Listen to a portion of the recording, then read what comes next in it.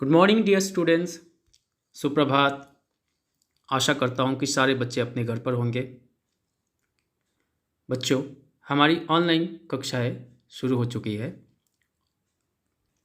मैं उम्मीद करूँगा कि सारे बच्चे कक्षाओं को अटेंड करेंगे, अपनी पढ़ाई को जारी रखेंगे। कोई भी बच्चा घर से बाहर ना जाए, घर पर ही रहे और सुरक्षित रहे। अगर किसी कारणवश घर से बाहर जाना भी पड़े तो सावधानी के तहत सारे एहतियात को बरतें। सावधानी और सतर्कता के साथ ही बाहर निकले। बच्चों, आज हम बसंत भाग 1 पुस्तक का पहला पाठ पढ़ेंगे, जो एक कविता है जिसका शीर्षक है वह चिड़िया जो। इस कविता को केदारनाथ अग्रवाल जी ने लिखा है।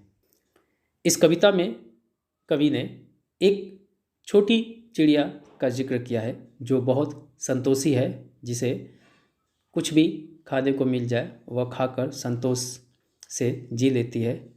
वह अन्य से प्यार करती है और अपने आप से बहुत प्यार करती है। वह अकेले होने पर भी बहुत खुश रहती है। कवि ने उस चिड़िया के माध्यम से अपने भीतर की जो संतुष्टि है उसको मनुष्य के सामने उजागर रखा है। तो देर ना करते हुए कविता को पढ़ते हैं और उसके अर्थ को समझते हैं। वह चिड़िया जो चोंच मारकर दूध भरे जुंडी के दाने रुचि से रस से खा लेती है, वह छोटी संतोषी चिड़िया नीले पंखों वाली मैं हूँ, मुझे अन्य से बहुत प्यार है। प्रस्तुत पंक्तियों में कवि यह कहना चाहता है कि एक नीले पंखों वाली चिड़िया है। उस चिड़िया को जुंडी के दाने जिसमें दूध भरे हुए हैं उसे बहुत ही रुचि से, इंटरेस्ट से खाती है, मन लगाकर खाती है। उसे जो कुछ भी मिलता है उसे उसी में संतोष प्राप्त होती है। वह नीले पंखों वाली चिड़िया कहती है कि उसे अन्न अर्थात अनाज, खाने पीने की वस्तु से बहुत प्यार है। वह चिड़िया जो कंठ खोलकर बूढ़े बन बाबा के खातिर रस उड़ेल कर गा लेती है, वह छोटी मुंहबोली चिड़िया नीले पंखों वाली मैं हूँ, मुझे बिजन से बहुत प्यार है। प्रस्तुत पंक्तियों में कवि ने नीले पंखों वाली चिड़िया के गायक रूप का वर्णन किया है।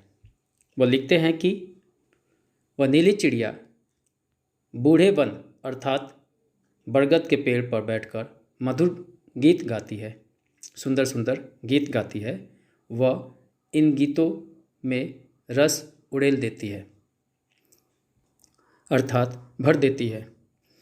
वह नीले पंखों वाली छोटे मुंह की चिड़िया है जो एकांत में भी उमंग भरी बिजन से बहुत प्यार करती है।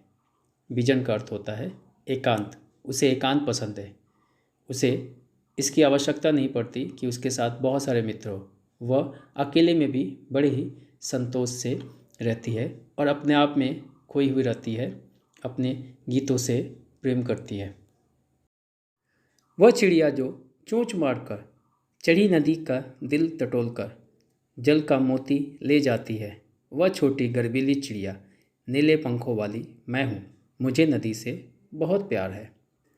प्रस्तुत पंक्तियों के माध्यम से कवि ने नीले पंखों वाली एक ऐसी चिड़िया का वर्णन किया है जो उफनती नदी के बीचों बीच जाकर जल के मोती सी बूंदों को चोंच में भर लेती है। अर्थात वह छोटी चिड़िया छलांग लगाकर पानी में जाती है और वह पानी अपने चोंच में भर लेती है। वह पानी देखने में मोती की बूंद जैसा लगता है। वो बूंद जो है वो मोती के समान लगता है। ऐसा करने से चिड़िया स्वयं के ऊपर बहुत ही गर्व महसूस करती है। वह छोटी चिड़िया, वह नन्ही चिड़िया, वो कहती है कि उस चिड़िया को नदी से बहुत प्यार है।